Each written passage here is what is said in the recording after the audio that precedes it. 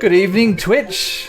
Happy Monday to all of you viewers out there. Thank you for joining us. This is Crit and Miss, and it is Monday night, which means it's time for another episode of White Plume Mountain featuring DM Luke from Big Game Small Pieces. What's up, Luke? How you been, man?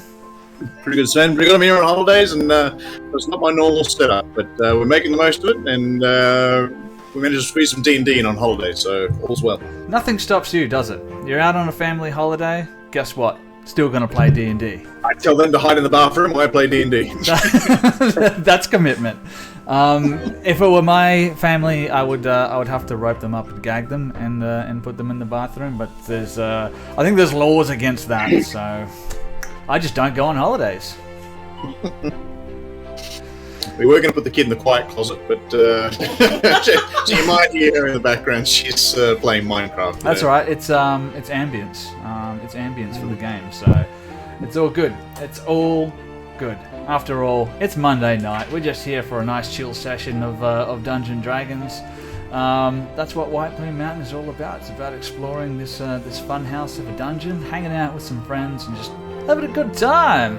So that's what we're going to do. But I'm going to let the people viewing know that at the end of the stream tonight, there's going to be a little bit of a teaser for something that I've been working on with some good friends. So make sure you hang out to the end of tonight's stream, and I'll be dropping that live here on Twitch for you guys. But other than that, I'm going to hand it over to you, Luke, the man in control of the action.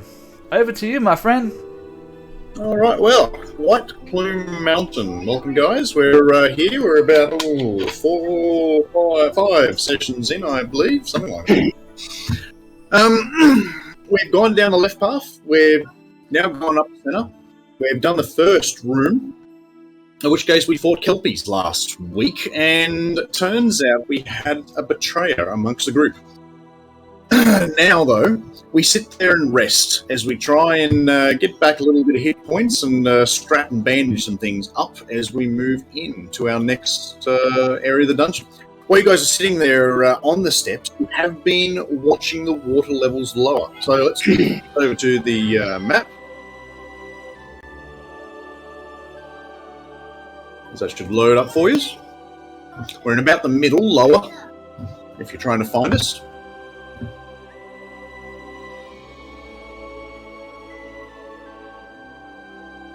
Now, can everyone see you all right?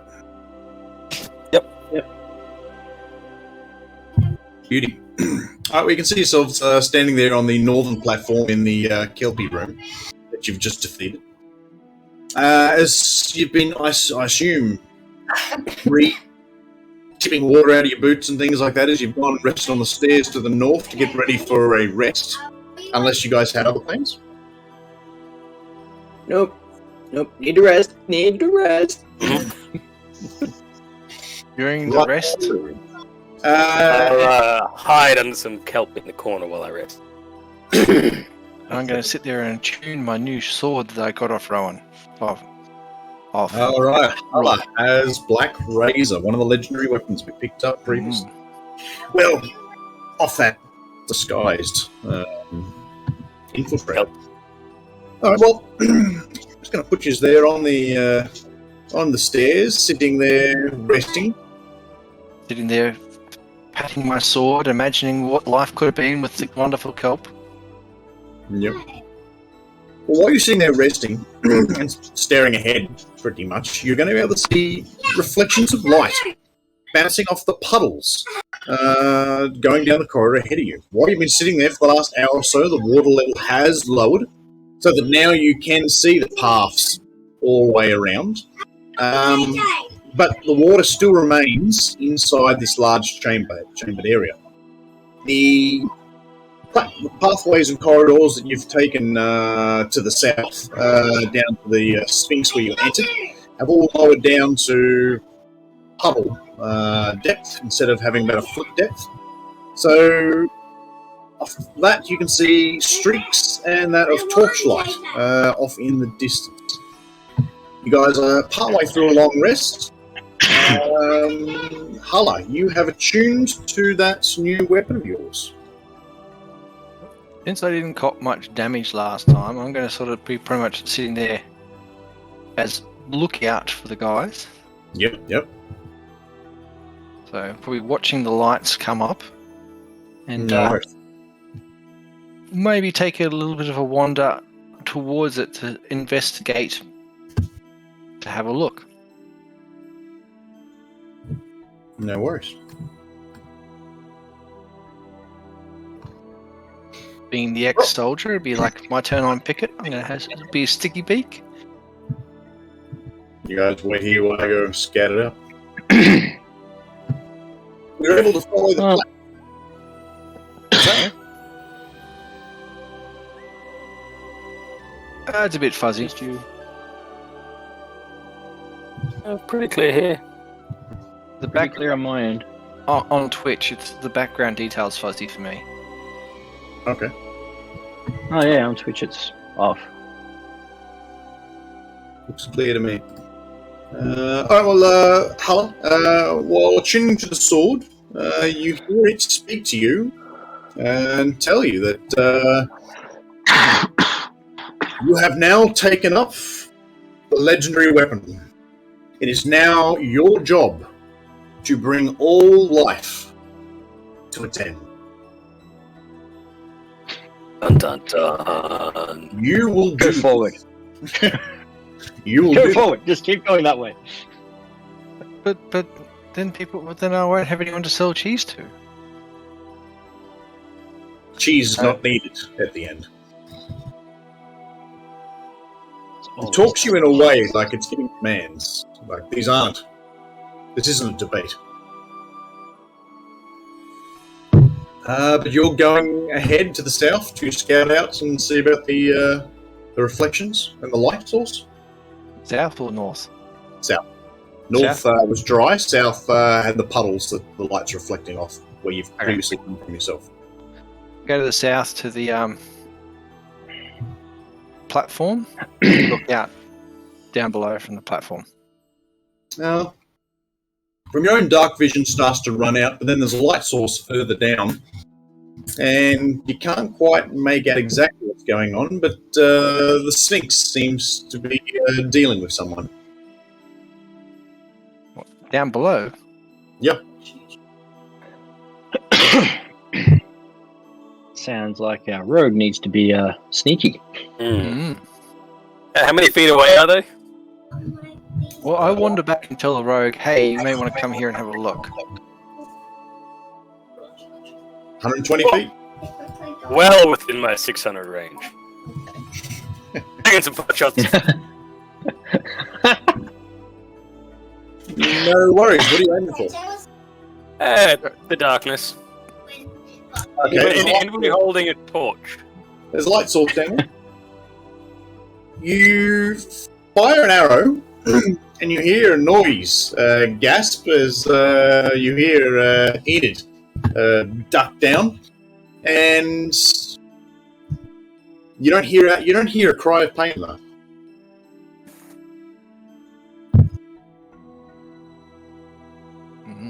Back up and hide and wait. All right. While you're still long resting there,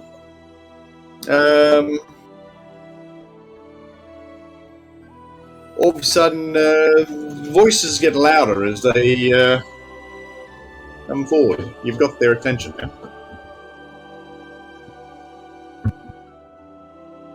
Thank you, sir.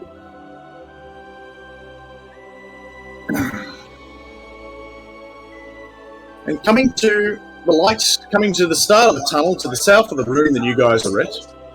Indiana, turn that down. Stands a small team of oddly placed, not matching armoured or clothed creatures. There looks to be a deviled woman with wings, a bipedal hippopotamus, and two humans.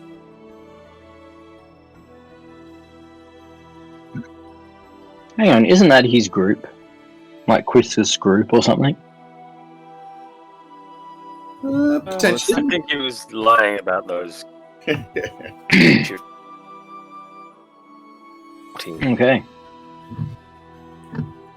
Standing over the other side, Okay. they've got weapons ready to bear, and they're all looking at you guys like you're potentially going to be a fight for them. Well, this is where we yell out to the bard and go, "Hui, person who can actually talk to people without offending them, or offend them with really good words, you're needed." I will silver tongue all over them. Yahar! As Rook goes to load another arrow, it's like just hold the bow for a second.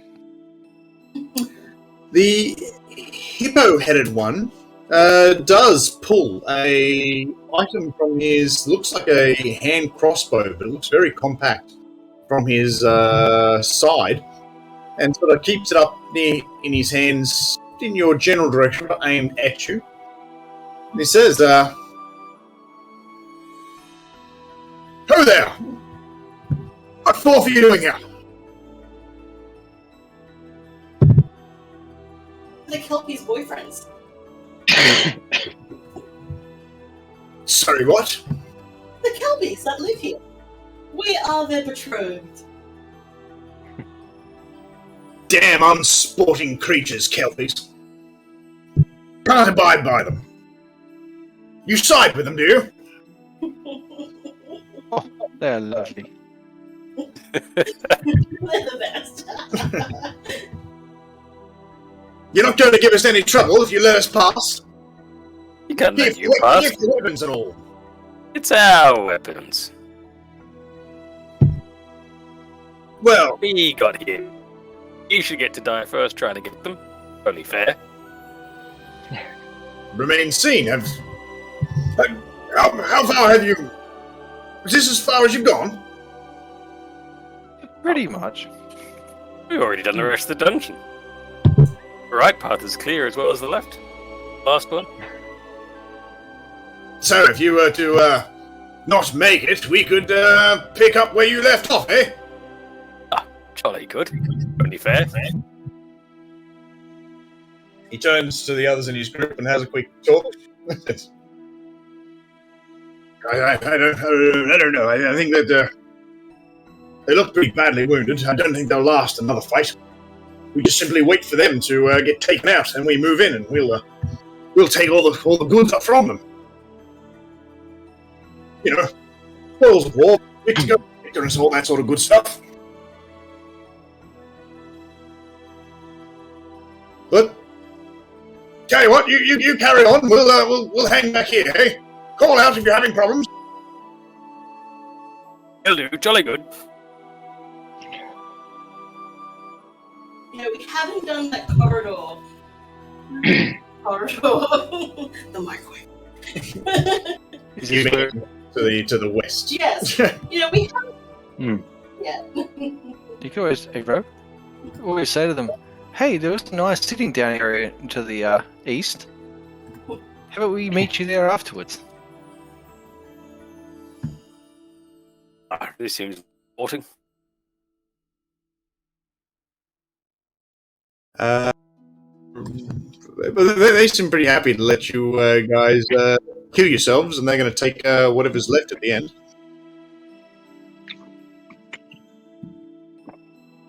Okay. So they've just entered, so I suppose... Let's push on and get out of this room and go further. Stick my Kelpie girlfriend on. Well, I know you're going to need another couple hours to get your full rest up. While they're resting, I'll search these doors and corridors and maybe have a bit of a splunk in the pool to see if there's any loot at the bottom. No worries. Splunk. Alright, coming up to this door on the right, you'll see that it's standard, as per the rest of the dungeon has been so far, open door, iron-bound, and doesn't seem to have...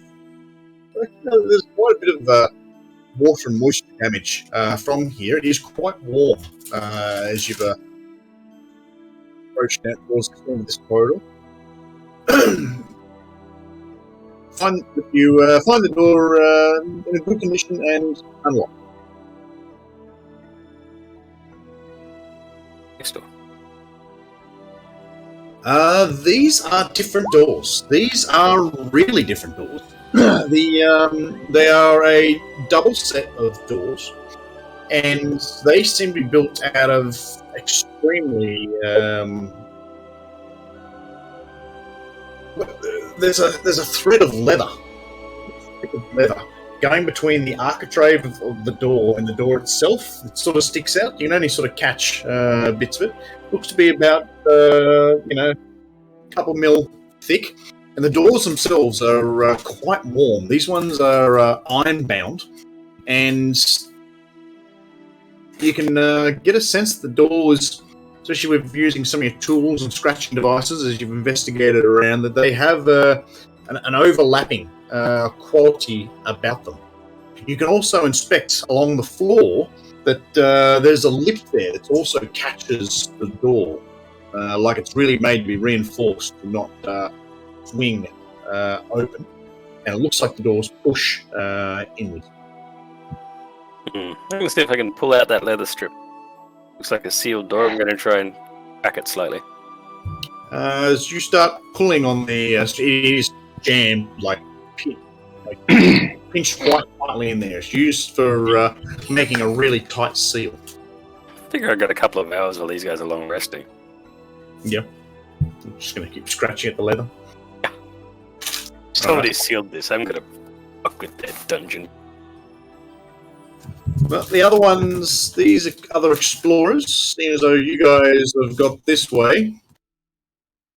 They're all going to head to the south. Collect after their corpses. Ha ha ha.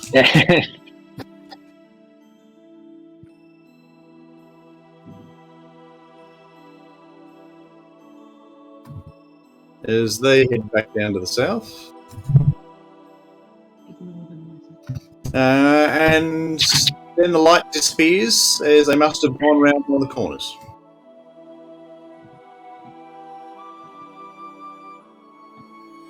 Do we hear any screaming or anything from that direction? You can roll perception for listening in.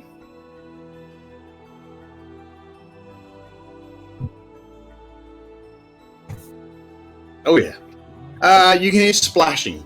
So More water. possibly they're going the way back towards the microwave corridor that you guys have come previously.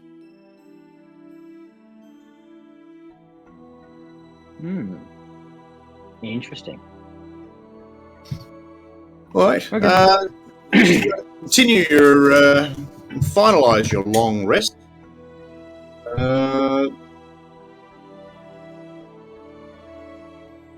I guess you're not going to hear too much more for a while anyway. Alright, we'll finish up your long rest now and you guys will be able to advance. Rowan, you've been able to pull out a lot of little bits. It's been quite tedious, pulling out little strands and scratching at it and trying to use your lock tools to pull out little bits, but you can pull out enough and then you can poke a tool through and see it goes back to the other side, so you do have a continual path. Is there any airflow towards or out of the door? Not particularly. There was no expulsion of as you broke a seal or sort of thing. There was nothing that's been back down to pressure like a gas or a liquid. Can we smell anything? It smells fishy. Fishy. Like sulfur? No. Fishy like fish. I open the other door. You go into the other door. All right. I think I've got an image for this one, which will describe it quite well. So here is.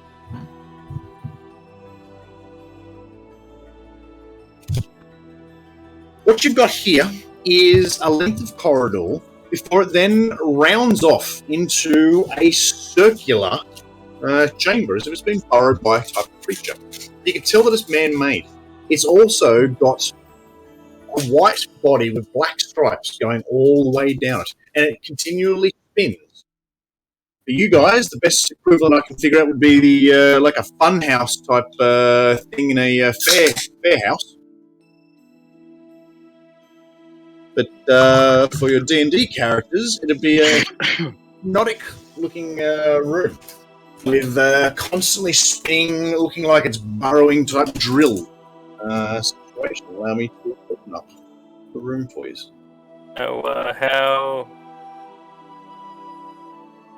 How long is it? Like, is it dwarf throwing length? Oh, it's probably only about somewhere between 20 and 30 feet. Has anybody got any ice trips or spell? Does it have a wand? Yeah, I tried that once. We have Bernie number 2 out in the corridor, out in the room. Good. Oh, Go get Quiskus and send him down. ice him up and then ride him like a sled. If he's slippery enough, it won't. He'll just stay on the bottom. Won't be affected. Oh, What's black and white and red all over this room? Yeah. So you're grabbing the body of Using the wand to try and freeze it solid. Okay. I have rope around my waist, the other end to halitosis. Yep. Well, you can tell that it's an oiled and an operating machinery. You can hear it in the walls now. You sort of lean and the whole thing is probably almost just a little bit like the larger characters of you. Definitely not Bruno, but potentially Hala could about put his hands out, and if he can just lock in place, he could probably stay there and just do infinite cartwheels until he.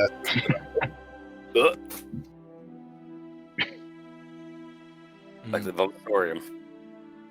So the plan is to, and you can see just by placing your finger on it, as I suppose that it has been greased up, so it would be a slippery thing to navigate. Yeah, I'm basically going to run and jump like I was diving into the ocean on a written surfboard and try and slide my way to the other end. Just whoa. on Hang top. on. I cast guidance on you, Rowan. And I tie a rope to him. And I tied the other end of the rope to you. This seems like one of those ones bowing down to each other and doing something like... Double reef. All right. So Rolk is going to toboggan way through on top of that corpse, or just you. No, on top of the corpse. I figure he's semi-frictionless on a semi-frictionless surface, so I should just down the bottom. No worries, you're going to toboggan your way on him. All right. Acrobatics as you get a run up, holding the corpse, running along, through the corpse, try and jump off all the way through. Yeah. 18. As you jump up, as you dash through, riding through with Hala there tied to you, you go skirting along. A flaming arrow out of nowhere shoots across and hits the cylinder while you're in it. The whole area bursts into flames. Surrounding you, it becomes a tunnel of burning infernal as you go skidding through. Fortunately, you've got enough run to keep yourself sailing through, but you are going to take a little bit of fire damage. 5 points of fire damage as you skid through and get back to the other side and slide across into the small pond. There's a door to your north and a wall to your east and south. Well, that was really cool. Now you've got a burning infernal turning around and dropping down and in between you and everyone else. We go, Akuna, can you just grab hold of me and we teleport across? Dimension door it. Or flame shield somebody and Later. Then when we're on the other end of the rope, we leave the rope there and then wait for Bruno to grab that rope, so yell out, grab the other end of the rope, and then we three of us haul him through real quick. Flame shield on. That's optional. I already have resistance to fire anyway. Done. So for wildfire. I'll send the corpse back skidding, careening. Ooh, crispy. Like, every time it goes through, does it go up a level? Like, it goes from rare to medium, rare to medium? You grab the corpse of the Oni, give him the bum's rush through. He comes out the other side, sliding to a stop in front of you, Bruno, burning on fire. She's picked up a bit of burning grease and such on him. Just roll him around a little bit, he'll be good. It'll be good.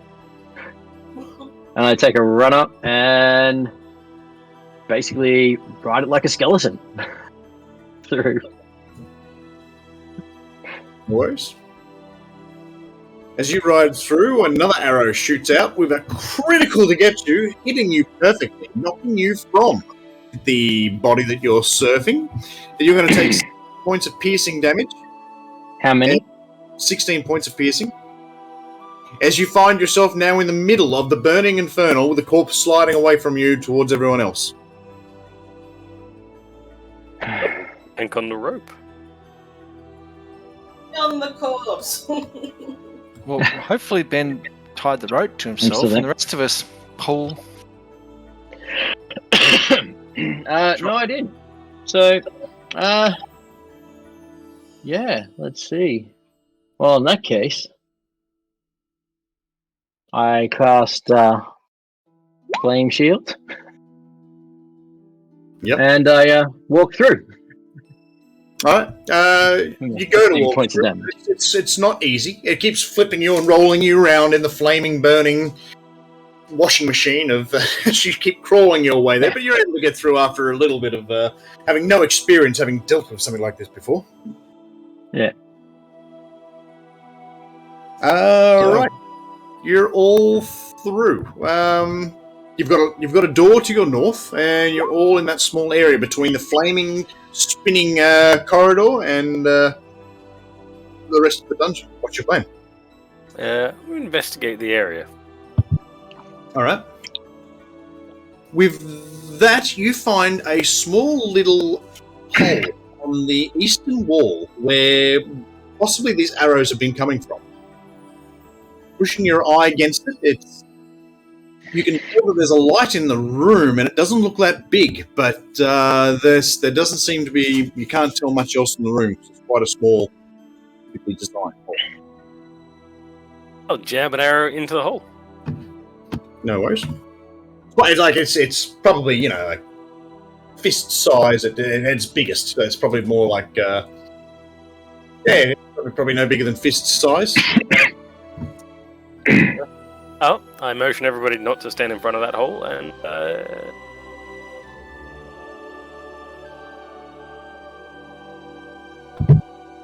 What are you up to, Paul? I'm going to tell everybody not to stand in front of that hole. Crack the door. It's locked. Ah. Well, have I got the tools for this? Well, I pull out a crowbar and try and convince the door. Let's go. I have a little crowbar. Very small. I cast Guidance. A 23. On rock. a pocket size.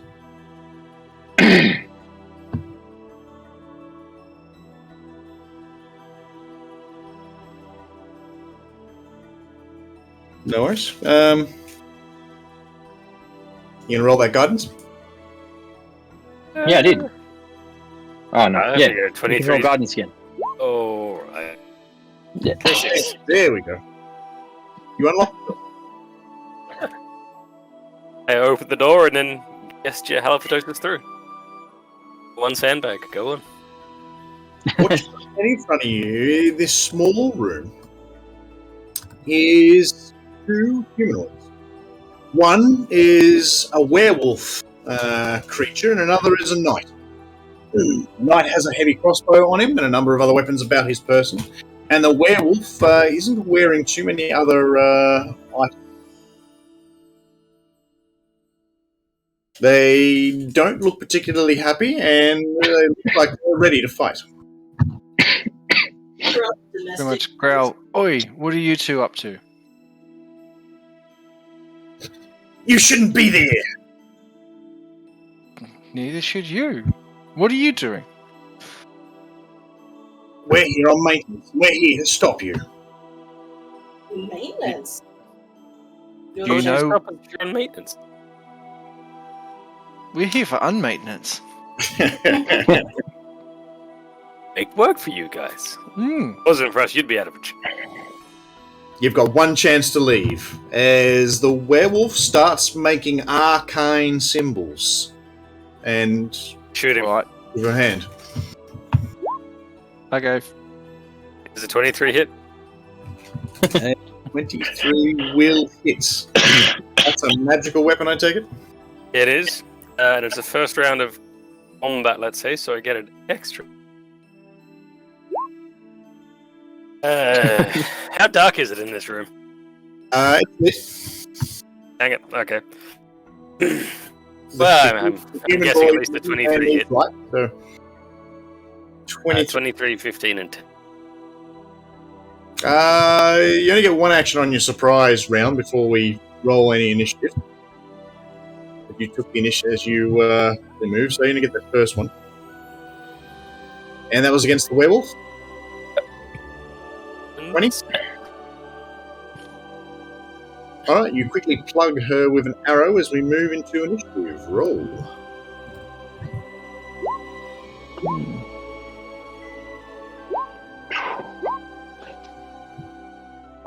Oh, Rowan beat me by what, 0.05? Yep. Female werewolf, you say? She has many teats. Why? Why did you put that into my head? What's wrong with werewolf teats? Why? Alright, Rook, you looks like you get to go first.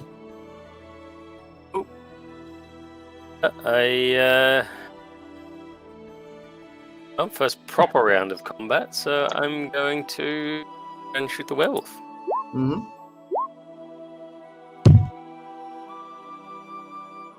Guessing 12, 10, and 17, maybe 17?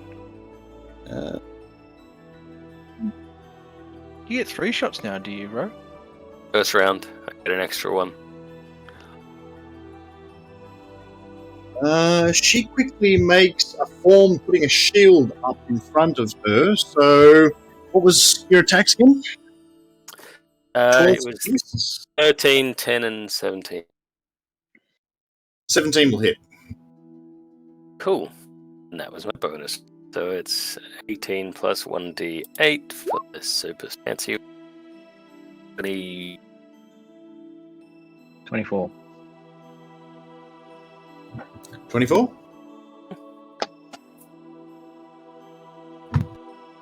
Alright. Anything else? I'll take my bonus action to steady my aim. Alright. Holla. I'm going to step forward, and I know I can beat the hell out of the knight, probably. But I'm going to take a wallop at the werewolf with my nice new You saw? shiny sword. Oh, what? Crap! Oh. Wow, Yep. that's low. Yeah. I do a second attack. There we are. That's better. Oh. That will drop her down to 0 as you guys just piled upon that. And You know what her happens when that soul happens? gets sucked out, and I get her hit points as temporary health. You do. 58 temporary hit points. How many? What? Yeah. 58. Damn. That's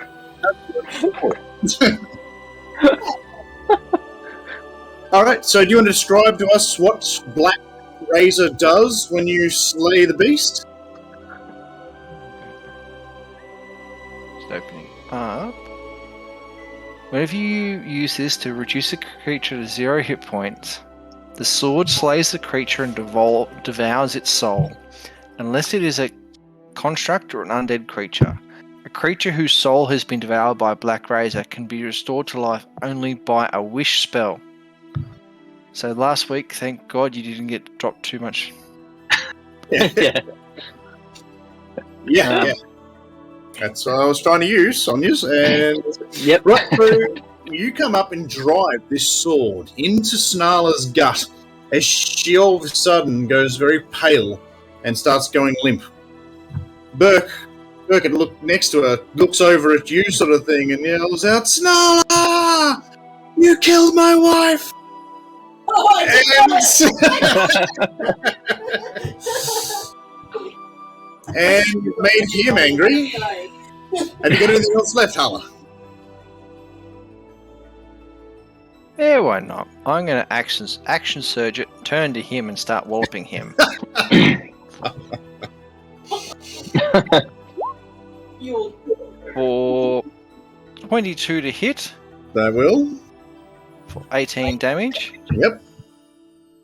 and 19 to hit Ooh, let me just yes, 19 will hit. for 14 damage. Easy. Actually, a random one. Is a werewolf an undead in this one? No. Okay, cool. No. They are humanoids. Shapeshifters, but still humanoids. Anything else you got? I am going to try and do the horn throw. The where is it?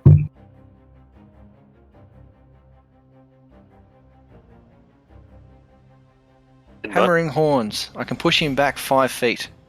Go for it. He has to do a strength saving throw of DC 8 plus proficiency plus strength.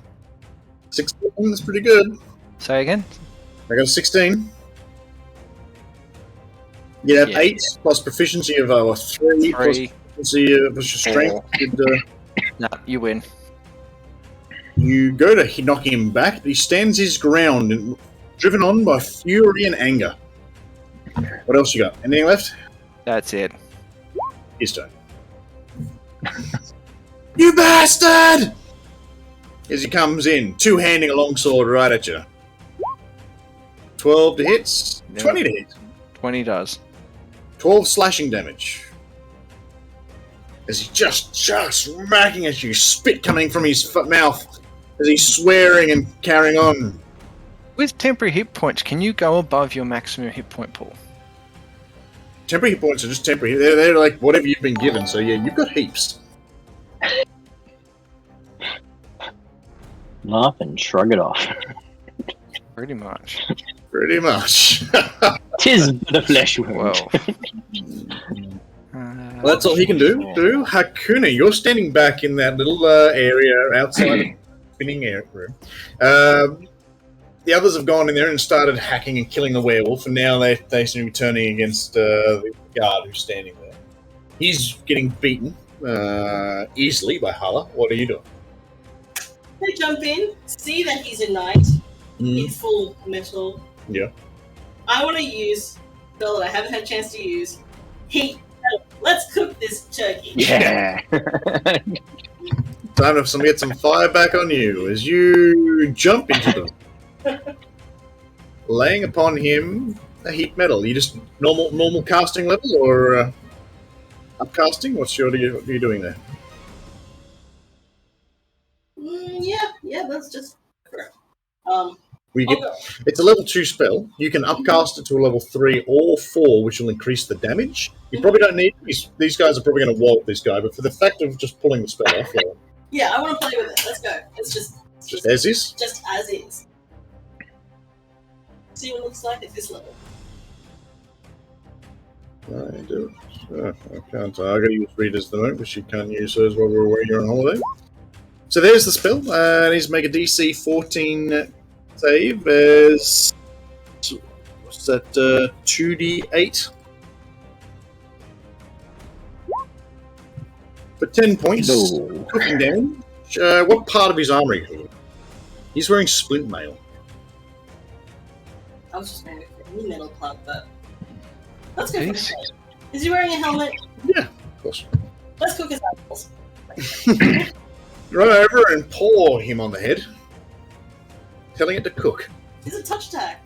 You've got to be touched. You've got to get close to Oh, okay then. So it's just like a full head smack. it. Ah, get enough! What else smell burning hair? Is there anything else you want to do? I think that's the only attack I can really do. Cast a spell is your action. You've moved in a little bit, so to disengage, you get an attack upon yourself. I'll shove him. You've used your action already, so you've cast a spell. So that was you. Yeah. That's you. Gonna run in, jump up on the table, and swing at his back with my warhammer. Sounds good. 17 to hit, 17 is the armor class. Will hit. 14 bludgeoning. Easy. Just about dropping him to his knees, you swing in and slam him in the back. Anything else? I say, now do we want Huller to finish him off to get some more, so he can be even more milk shieldy for the next room? And that's about it. Look. Well, I just languidly stretch. It's all good. It's all good. Huh? Everyone's leaving you. No one wants to kill steal from you. They've clued on quite quickly that it's worth killing things. Alright. I kebab him to get the extra health. That'll do it. This will now set your temporary hit points to 58. Plus 58? No, you can only have a total of. You can't go over top of. Temporary hit points don't stack. They you just take the high, whatever you've got. So you now have 58. As his soul is drawn from him, and you can see him sort of go hollow and very loose. The skin goes very saggy on him, and he drops to the ground. Together, the couple lay there, side by side, souls torn from their bodies. Join the sword. I'm gonna search the room. They'll be joined together in a cheese wheel making minotaur. How poetic! I will write songs of their love. Such a tragic story.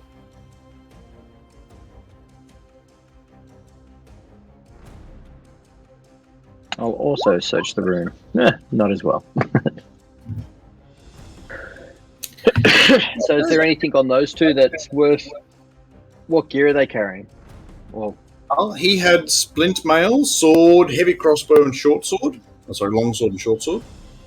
Long range weapons. I don't have any. Heavy crossbow. I think I'm a heavy crossbow person, or what am I? Yeah, I'll have to check. I don't think bards might not get heavy crossbow. It must be light. Where Snarla had a number of spell components in a pouch on her side. This room looks like it's been set up as a sitting and eating room. There's the basics set up around the room: a table, chair, some cutlery, urn of water, and behind is a bunch of shelves of some knick-knack pieces on them. You're also going to find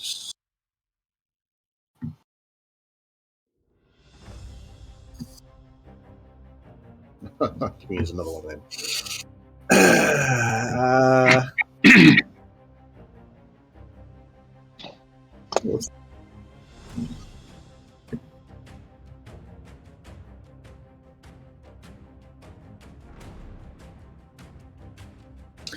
All right, on the werewolf, you're going to find a wand.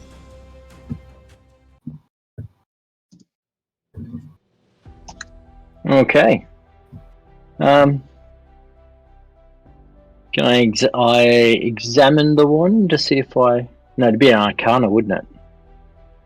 Knowledge Arcana, well, it depends if it's a famous item. It can also be history, if you can remember. It's history, and you take a chance on if it's a famous item. If it isn't, it's going to be very hard to know it. Or if it's Arcana, because of the type of runes and etchings and things on it, to understand what it most likely is like. But ideally, you're meant to be using the spell Identify, so you won't get a full understanding of it just by looking at it. But Okay. you'll get an idea by the Arcana, by the way it was made. I cast Guidance on myself, and Knowledge Arcana is a D4. Come on, 4. Ah, damn it. 14. Do I determine anything? It's like a type of wand. It's going to have so many charges. Got some... It does have... It looks like it's made for some sort of binding or holding of sorts, but you can't quite identify exactly what it does.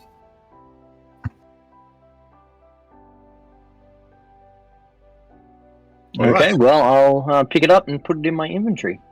Not a problem. Just, this is room 12, but just make a note and remind me where we got it from. We got it from Snarler. Yep. All right. What are we doing now? Having a look I'm around the gonna wall. Try and find keys. Trying to find Please? a button to deactivate the flame. I figure these are the key.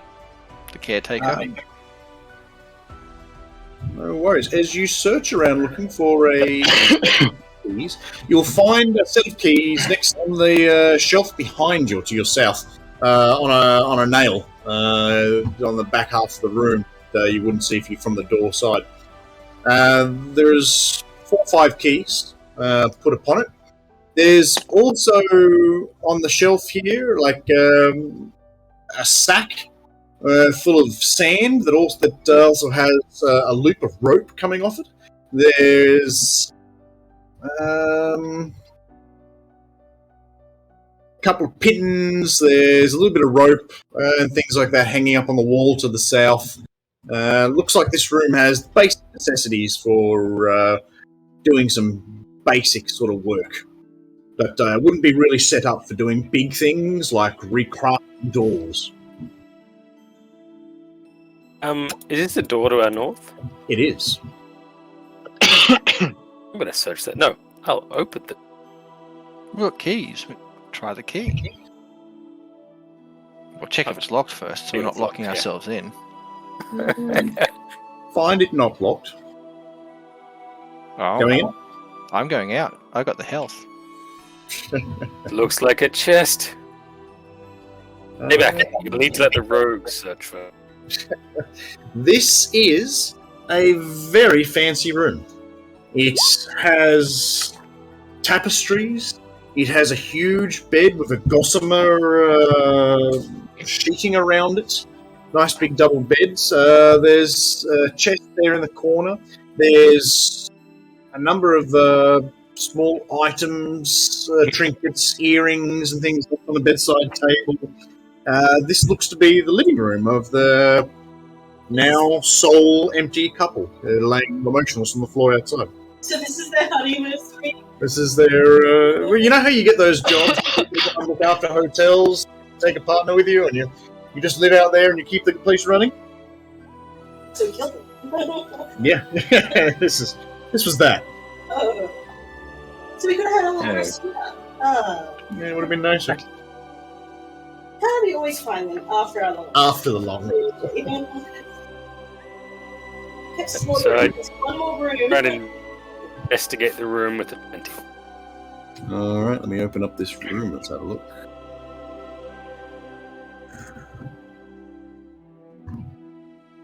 That one. This is room 13. Oh.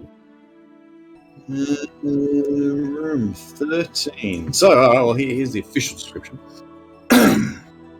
Unlike the room you just left, this room is beautifully decorated.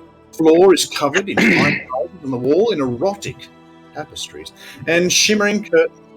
The ceiling it has an intricate mosaic depicting the summer sky dotted with fleecy clouds.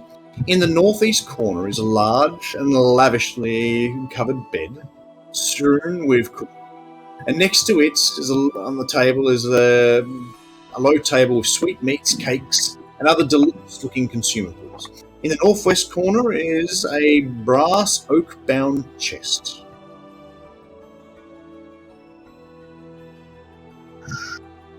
And what did you get for your investigation? Quite high. All right. Something does seem a bit off with the room. Some of the tapestries and things like that just seem to fall back down too perfectly. Some of the parts of it done. There's something off about the room. Secret just Hang on. Back, every back in this room. Ben, Yep. Roll pistol I on need that. you Poke stuff. to create a bonfire. Oh, done. And yes. But the nice tapestries and the bed. Be a trap. All right. The nice place to Smoke rest. them. Okay. Where am I putting this bonfire? Just right in the middle? Or should I just set the bed on fire? I mean, they don't need it anymore. Oh, go up nicely. Okay. I set the bed on fire. This bed is on fire. All right. You with glee in your eyes. The bed on fire as it starts to burn slowly. It slowly then starts kicking on. The room. As the bed does burn as normal. What's the plan here? We're just gonna wait here for 30 minutes while the bed burns and down to a. I'm gonna watch the bed and the tapestries. No worries. The bed burns up, but roll perception. is a more Oh, shake. jeez. How did you... On the floor. No, it all looks like it's burning up at the moment. The smoke's filling the room. You can't spot too much. You have to wait this one out, people. Okay.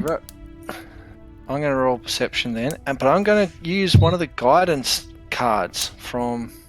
Oh yeah, someone's using the stuff we've been given. Yeah.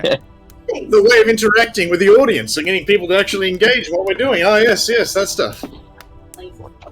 Hey, what is this fourth wall you're talking about?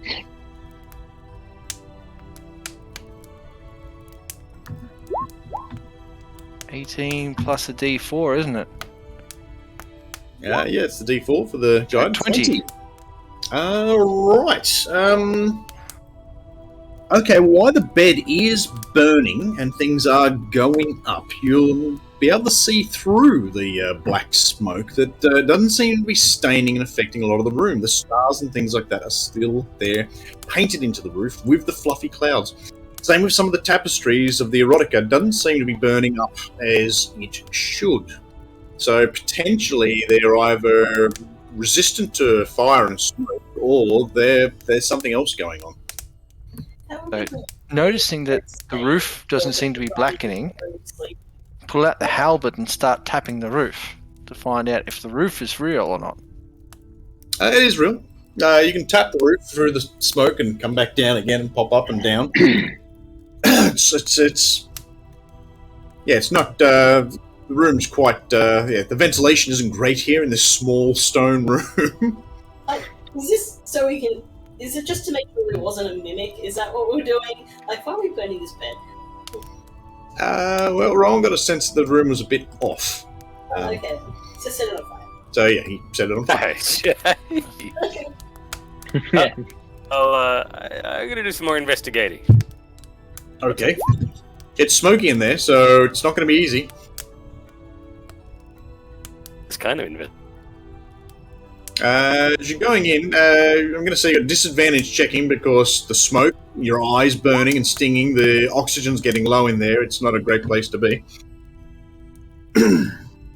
As you're searching along the room, some of the tapestries are still there, not burning, and you can play with them, and they still seem to be unaffected by the fire. Put your hands Pull one around. down. As you pull it down, it fades away and disappears, as it was an illusion that wasn't really there. Oh, start Yeah, pulling yeah. everything off the walls. Start ripping everything apart. As you start ripping chunks down, they start to then take on their normal. They were just a sheet. They were just something else. They weren't exotic, erotic tapestries. The rugs are still sitting there with cinders of the bed actually burning and covering them, but the rugs are still there, unchanged. Looks like there was a lot of illusory work gone into keeping this room looking as it was. I'm going to have to kink shake this couple, but clearly. They wanted nice things. Yeah. There's werewolf porn all over. Titties.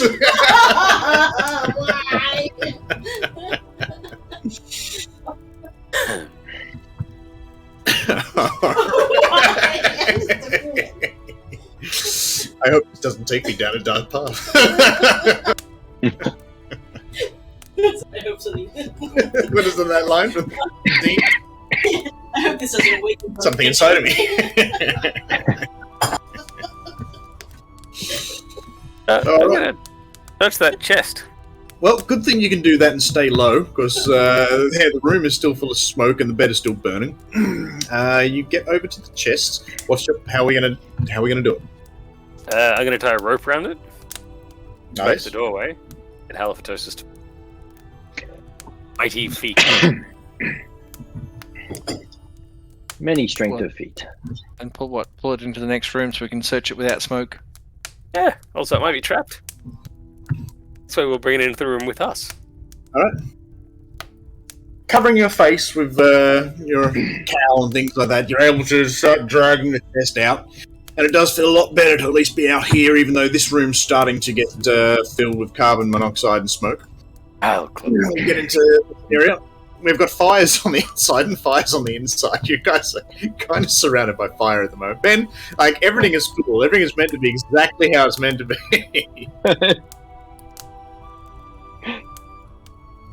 Right, so we're opening up the chest to take a look. Oh, I'll do a cursory investigation first. Make sure it's trapped. Smart. Pretty good though. Investigation. It looks like it's a locked chest. Try and open it. Well, you've got some keys. Oh, 5. All right. You start making your way through the keys, and you are able to find the one that unlocked the chest. As you unlock it, though, and open it, you trigger a trap.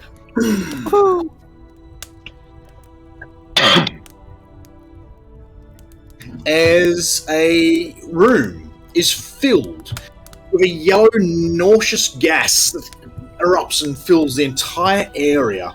You all feel immediately sick as the room is filled with this yellow, noxious cloud.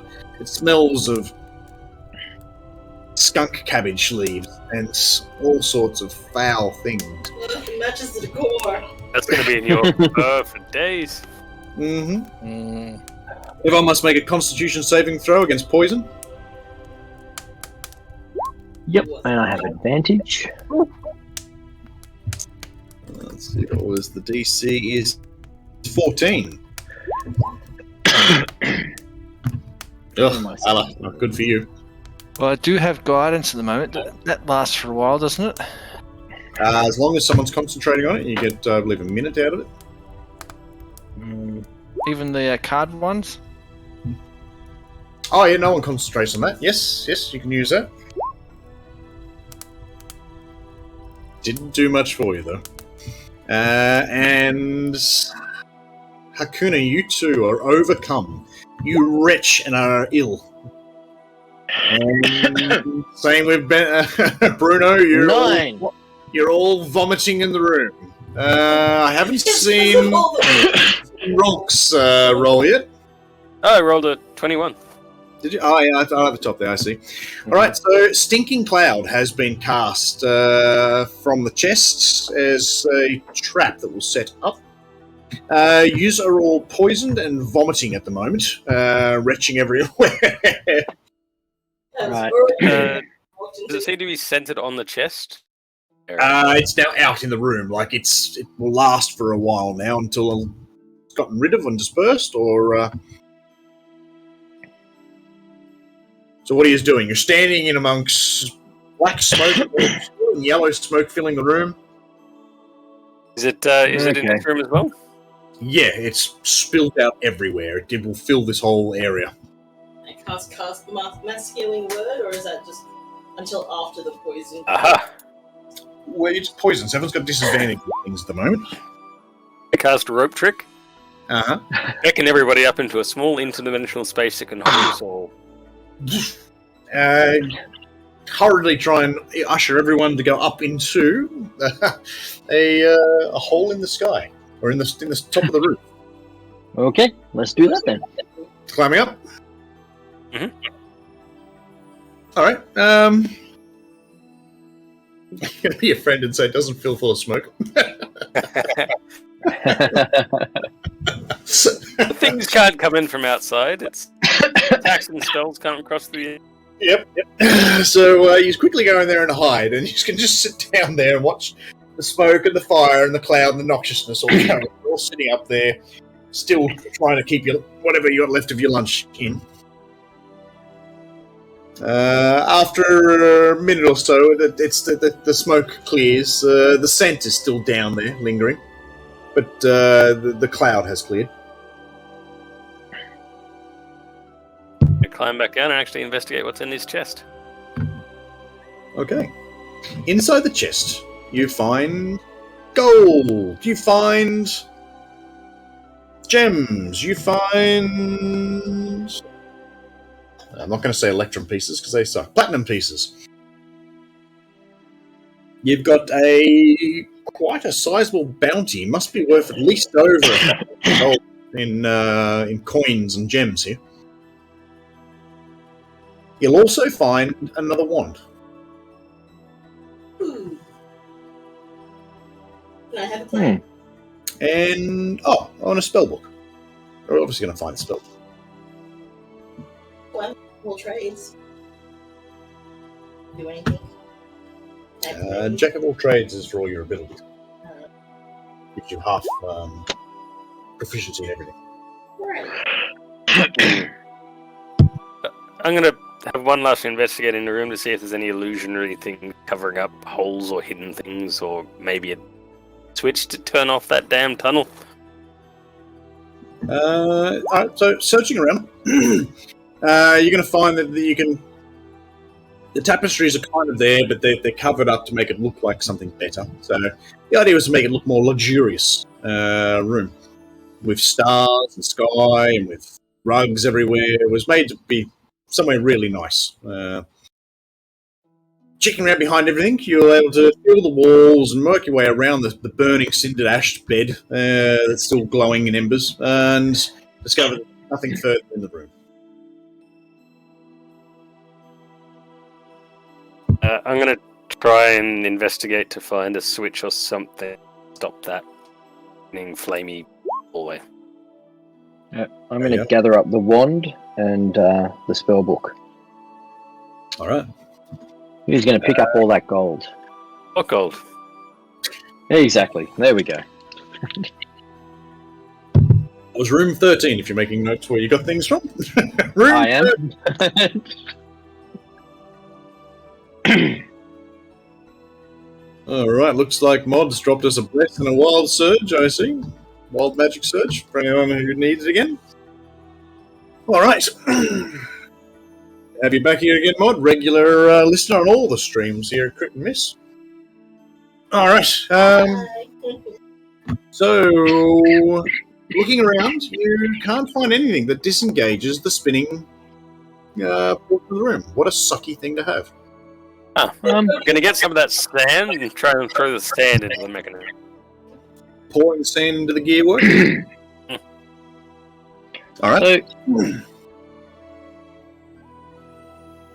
So the knight was firing the crossbow through this slit just here. Yep. I want to go up and have a closer look at that crossbow. Is there anything interesting I can work out from it? What was that, please? Heavy crossbow with arrows. A lot of them are done up in a way that they can be set on fire and sort of fired through into the area. I'm going to say on the south wall down there would have been a torch on the side there, lighting the area for him to light his arrows, then fire through. And that's just how the mechanic looks like it would have worked. Okay, so it shouldn't catch on fire again. We've just got to slip and slide through to get back out of it. Yes, well, I guess now a lot of the grease has gone up. So it's no longer on fire and spinning. It is still spinning, but it's lost a lot of its grease. Possibly kill that greaser. You will be able to find more tubs of grease in there, a couple of basic paintbrushes and things like that. So doing In there with it. Grease me up, woman. Yeah, let's. I'm gonna pick up a tub of grease. But you should be able to slide through Grab that that. tub of grease. Grease slip and slide on the way out. Grease Yeah. slip and slide, get the way out. Do you have any grease stars? Yes. Yes, we do. Grease me up, woman. With the paintbrush, you just get grease up your bellies. Wait, have we finished that already? I believe you. Yeah. Yeah. Let's head back out to the corridor and off again. And Halla, throw me. Yep. Sorry? Throw me. Ah. Definitely. Pick You up. drop kick Yeah. Surprise! Drop kick! him. Punch the no.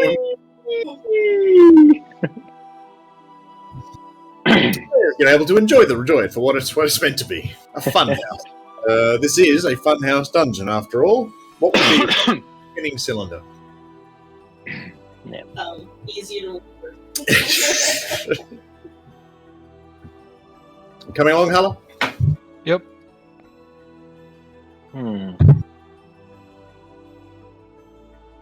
Well, considering Halla's got all the hit points, I might just hide back here and get Halla to push the door open.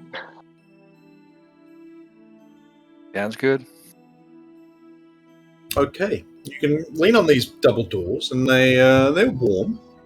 And push the doors, and they will open inwards, revealing yet another set of the same style double doors. Where do these ones open? Are they hotter or colder? You going to come up, Bruno, and investigate? Bruno's probably going to yell out, "What's the next door?" But whilst here, I've got a few pitons, so I'm going to hammer them in under the door and Okay. lose two. So the door's not going to shut behind me. Sounds good. You can also see, now that the doors are open while you're working them, that the architraves aren't actually square. They're sort of, the doors are designed in like a parallelogram styled way.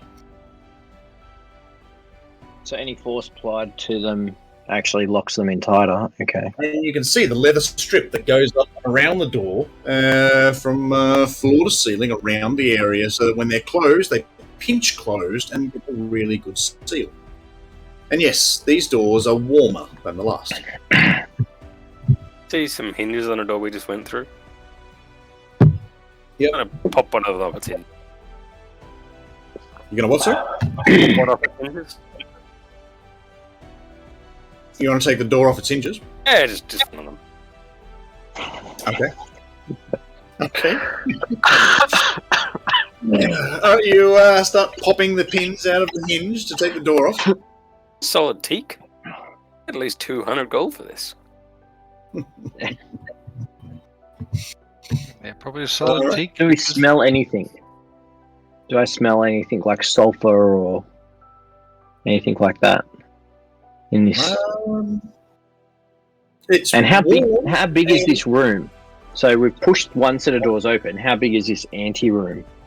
The next little area, you've got enough room for the doors to swing, and then it looks like another 5 feet. So you've probably got about 10-ish by 10-ish style room, maybe 9 by 9, give or take. So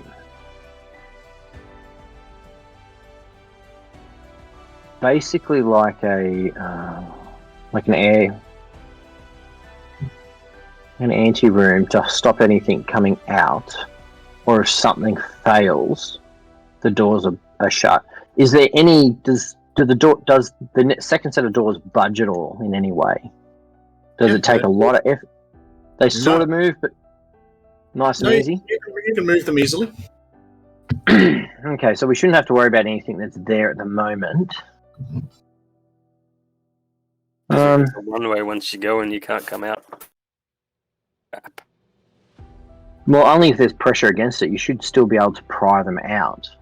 There are handles on the looking now that you're investigating these doors and coming up with this. There are handles on the backs of the doors for opening from the north side.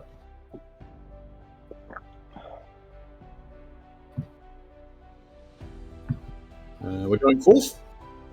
Yeah. I tell the guys, we'll step back. Let's see. Can't see anything. Let's go through. Another room. The doorway on this door was built much the same as the last, and the setup mirrors the last area with another room. This, once again, the doors are warmer still than the last. The corridor, and you can tell the rock is also warm as we're getting further and further forward. Again, I'm going to secure the 2 doors, John, so they're actually secured open. Being paranoid that they're going to shut behind me. And then proceed up to the next door and feel it's warmer than the last. Yes. Let those guys know it. And then go, alright, next room. Okay.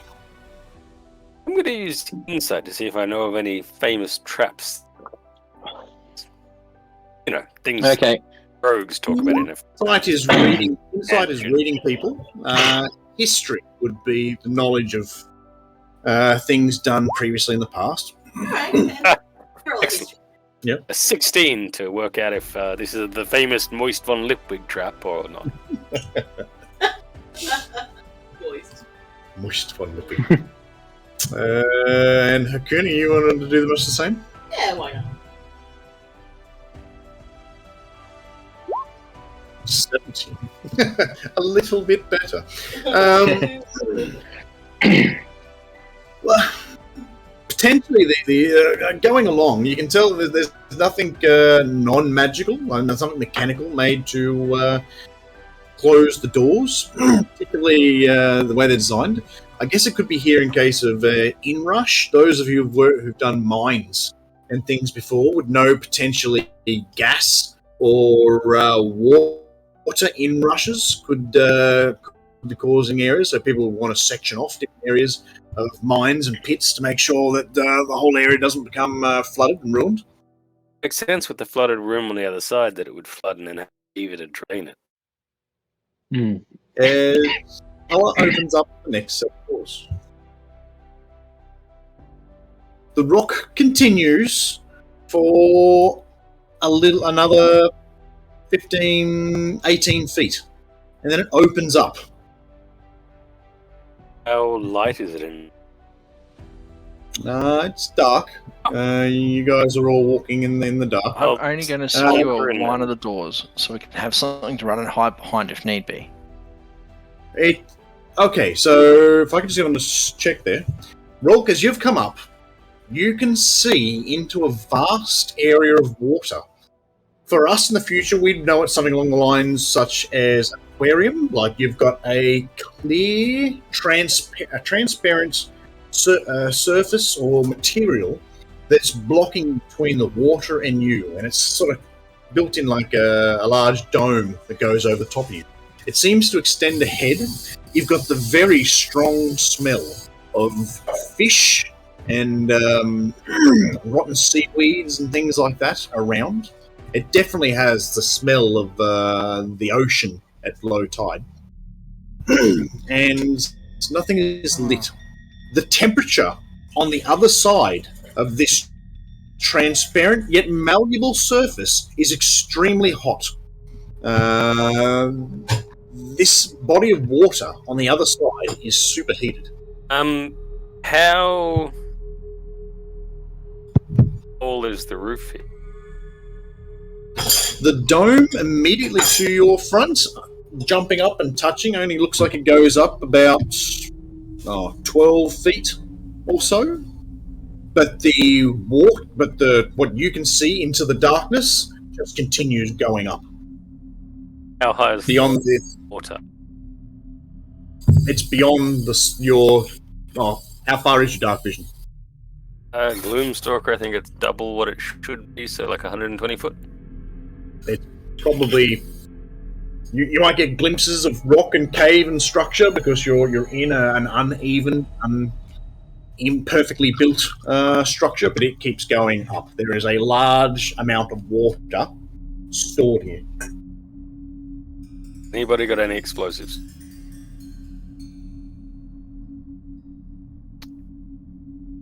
And if we can evacuate back to the other room and break it flush the water. Well, Maybe. all those doors make sense as it dawns upon you. If this were to break, all this water would come flooding into the dungeon, and these doors would be what locks and seals the place closed. We've jammed them all open. So, jam them all open. I cast water breathing on everyone.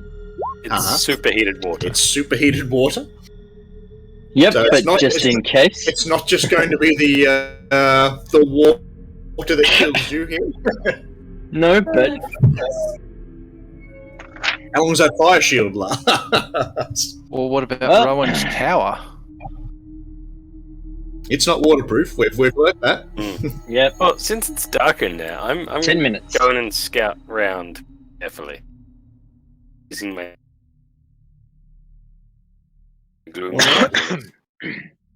You progress further ahead, and it turns to a sand base, but it's damp. Like the tide's gone out, and you've got the sand that's left there. There's small little markings all around the place, scratched foot marks. You can see sitting down and checking out humanoid boot prints and animal prints. You can smell and see to the front a large pile of fish that have been scattered out and half consumed that lay to your slight right. Large rocks placed around here, coming up out of the ground and jutting out, being part of the natural bottom of the cave. And the dome opens right up. Here you can feel that we're on the boundary where it opens right up and then lifts right up to who knows as it keeps going up.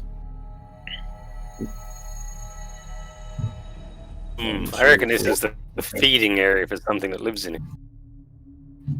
I'm going to try climbing out one of these pillars. That's Yeah, a big chunk of rock. Yep.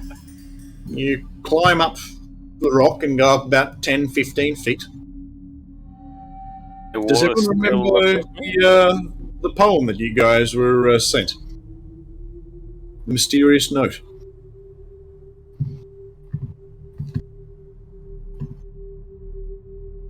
No. Uh-huh.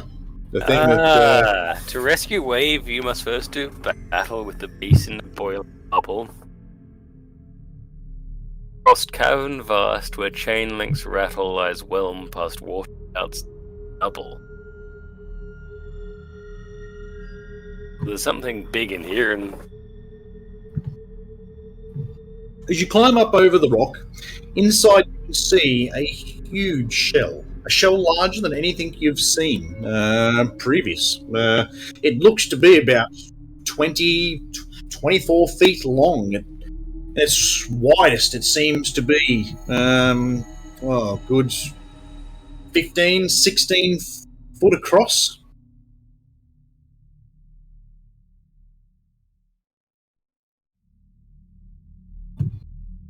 Can I see anything out to the extremities of the room?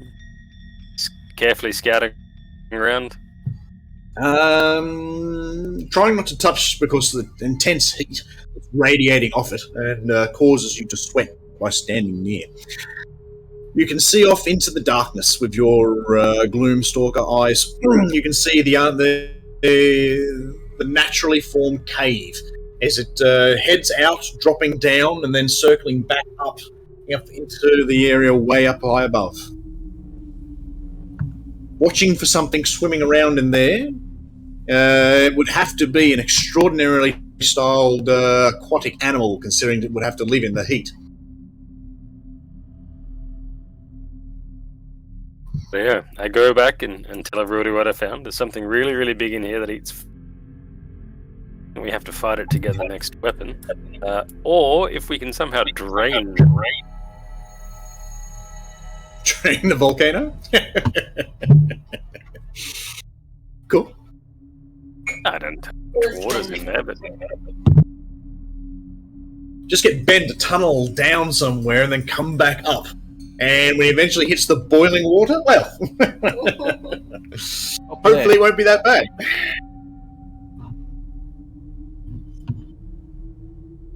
so I see we can try and do something clever, or we can just try and brute force. I'm always just trying something different and clever. We do end up brute forcing a lot. Now, tell me more about this shell. I see it. Can I see anything that looks like it's something living inside it? I'll go and scout on Ben.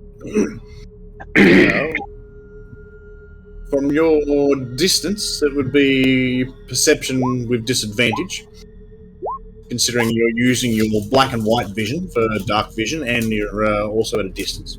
8.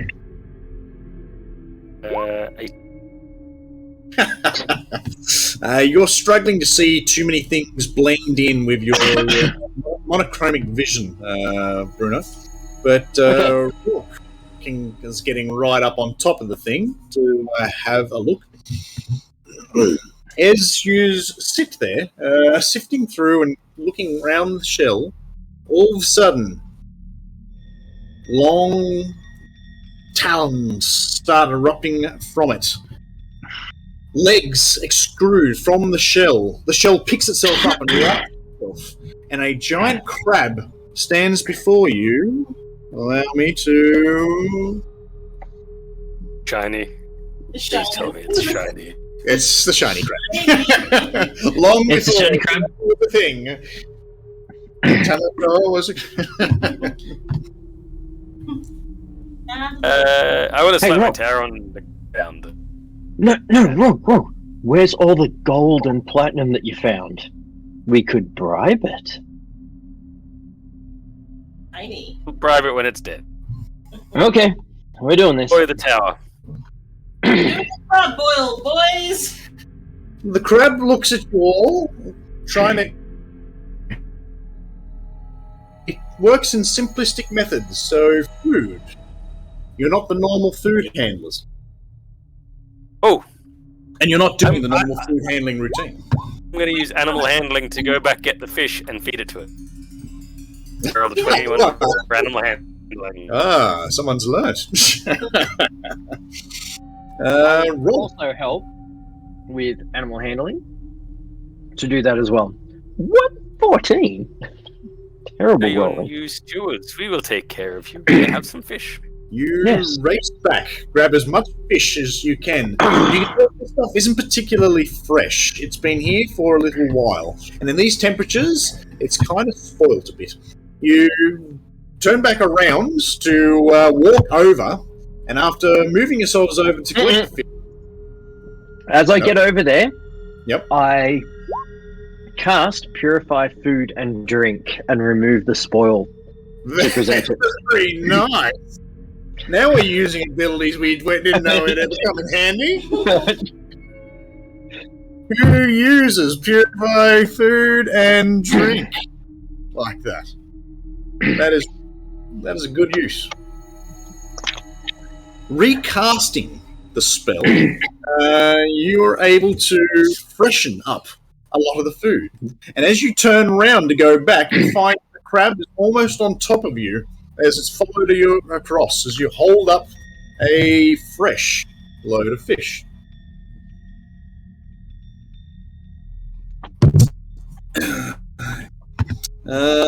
Seeing that you've presented it food, 21 in animal handling, Rock, the crab takes a step or two back and then sniffs forward and then starts grabbing at it feistily, eating away. Okay.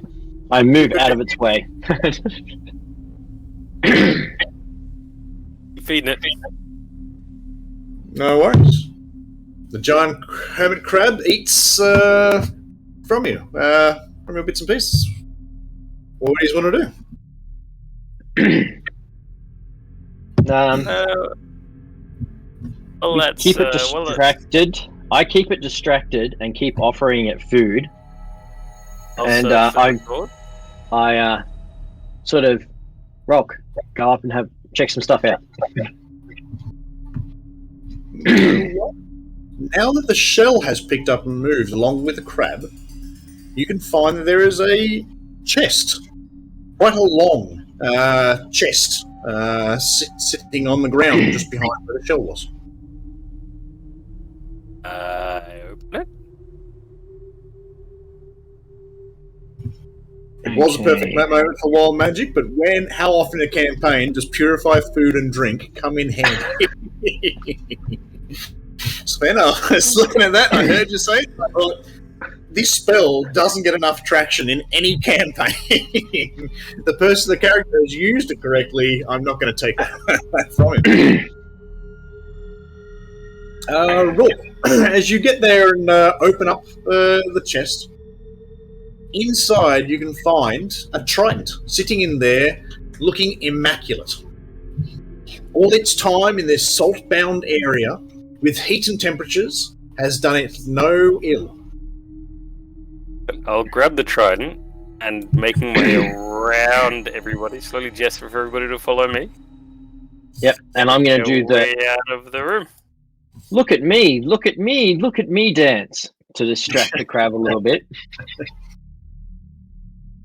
Also slowly pull back, but keep an eye on. Now, I'm guessing the shell is too big to follow us through the doors. Yes. When you feed a crab like that so much, it can only go. And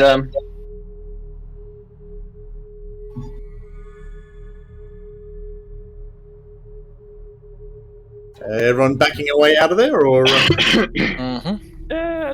And I take a couple of fish and I throw them up for him to catch, and then run the hell away.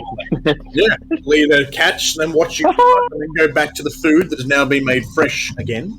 As it feasts and gorges itself on fresh fish.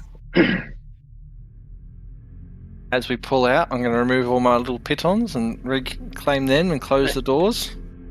Smart. I've seen groups do that different ways. I'm still waiting for a group to deliberately burst the bubble. As you guys close up and come down the corridor back to safety. It's a lot cooler down here, and the rest of the dungeon doesn't feel nearly as bad after the intense heat of standing in that boiling area.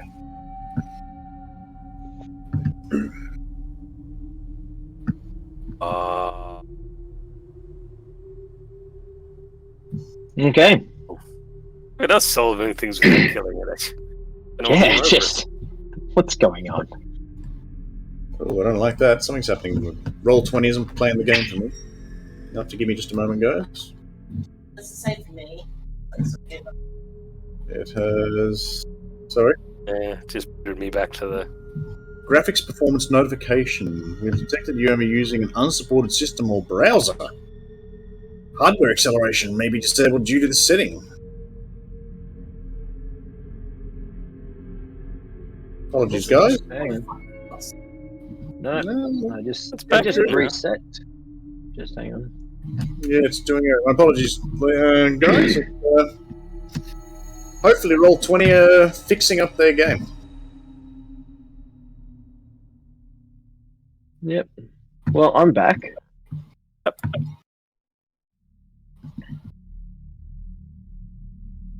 Oh, shall we do the final win? Well, it's a shame to be doing this without the pictures. I see it's like Roll20's loading everything at the moment. So, apologies there, but that's only a small part of the game. You guys are able to wander back down around the Kelpie pool. The water has sunken, but it's stopped just below the level of where the platforms around her and where the corridor is. Once again, as I stated, it's only puddles left in the corridors as you make your way down to Enid, who now seems to be doing a little bit more with the conditioner that you gave her. Now that she's not sitting in putrid water anymore, she's able to actually do something and try and fix herself up a little bit. Oh, girl. Hey, girl. How you going?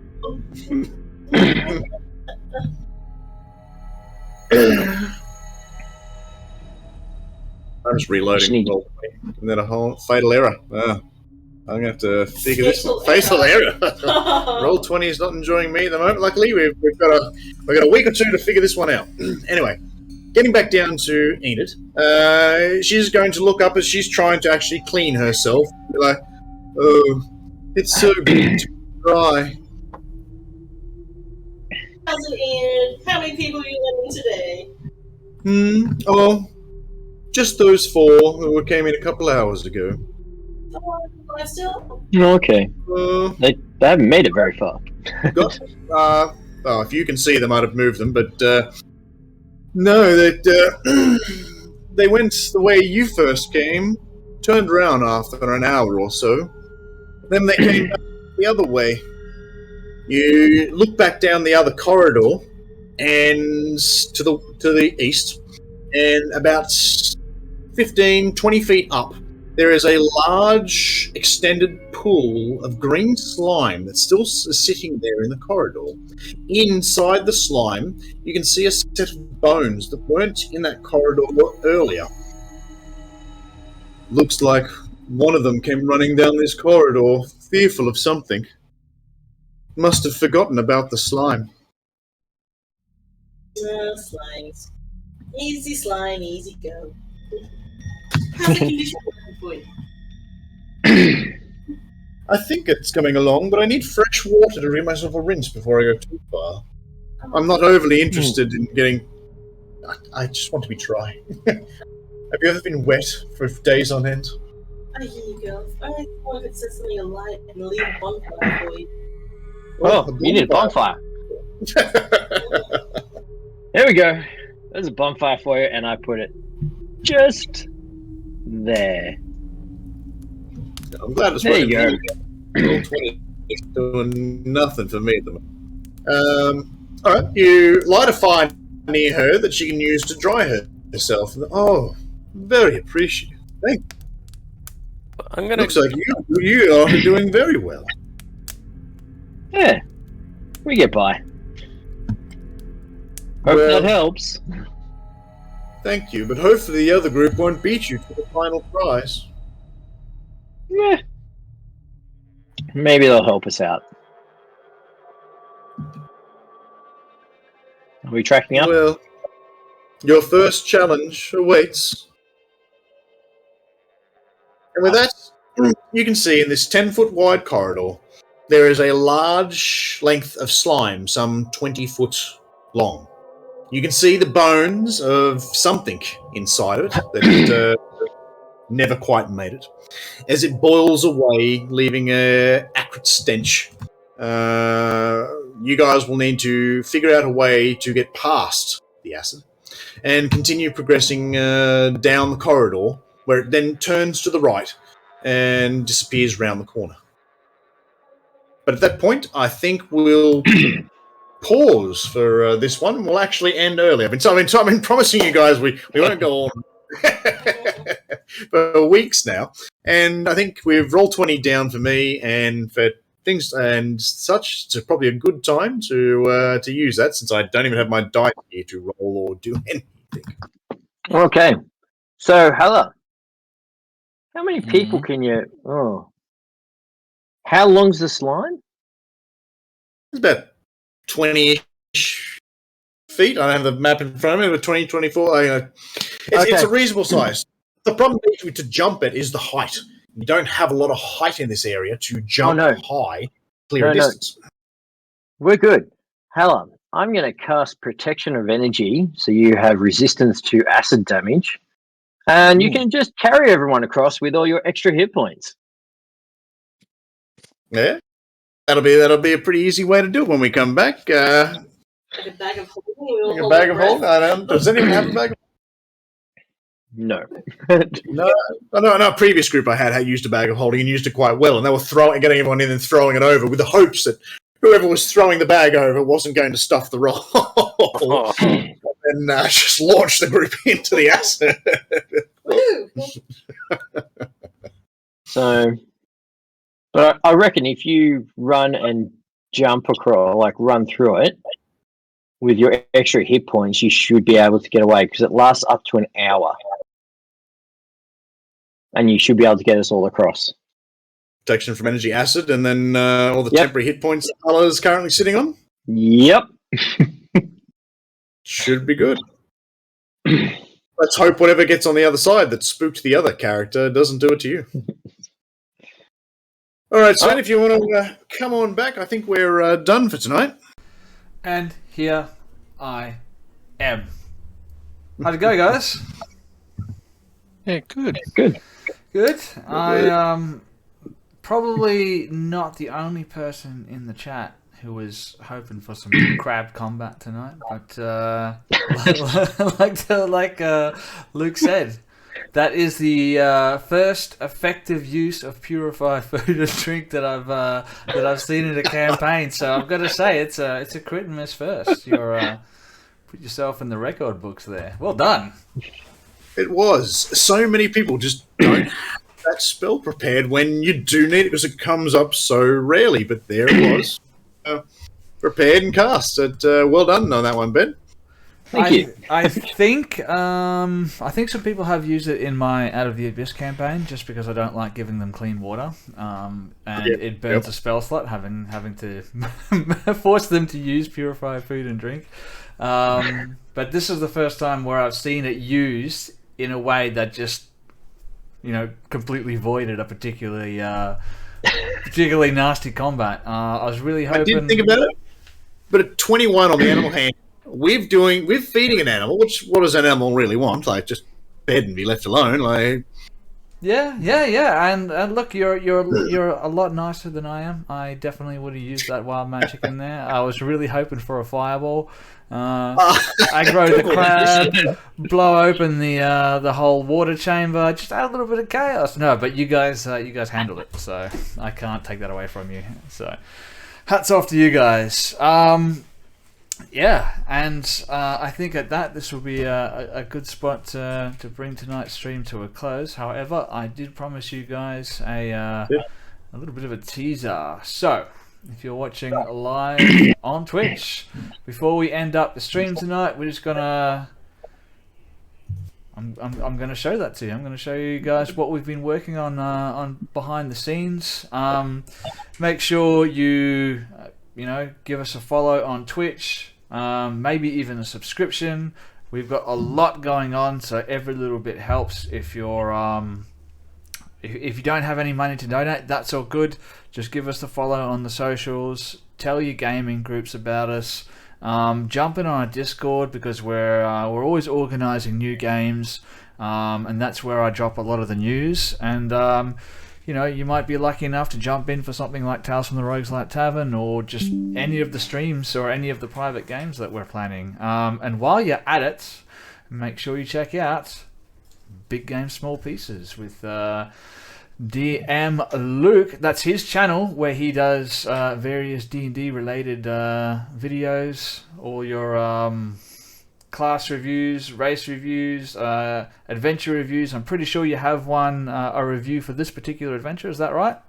There is. It goes for about an hour or so as I run through different concepts I'd recommend people can consider when they are about to run this. Now that they've watched it, perfect time to then what's fresh in your heads, watch the video, and then run it for your group. Exactly. If you like what you see, you think it would be fun for your gaming group, and you think about running it, make sure you jump on YouTube, check it out. It's always informative, gives you good tips and stuff that I guarantee you, if you ran it for the first time, you would be like, man, I wish I watched the video first. Because, you know, in every campaign, there's those things that you don't really know until you actually run it. So it gives you the opportunity to skip ahead and make those changes before you actually start, and you can be prepared. So it's amazing. But on that note, let's go to this teaser, and then we're going to bring tonight's stream to a close. Ladies and gentlemen, thanks for joining us. Thank you to the players. Put your hands together for the DM, and we will see you for the next episode of White Plume Mountain. Stick with us for another couple of minutes, guys. See you next time. Bye. Bye. Bye-bye.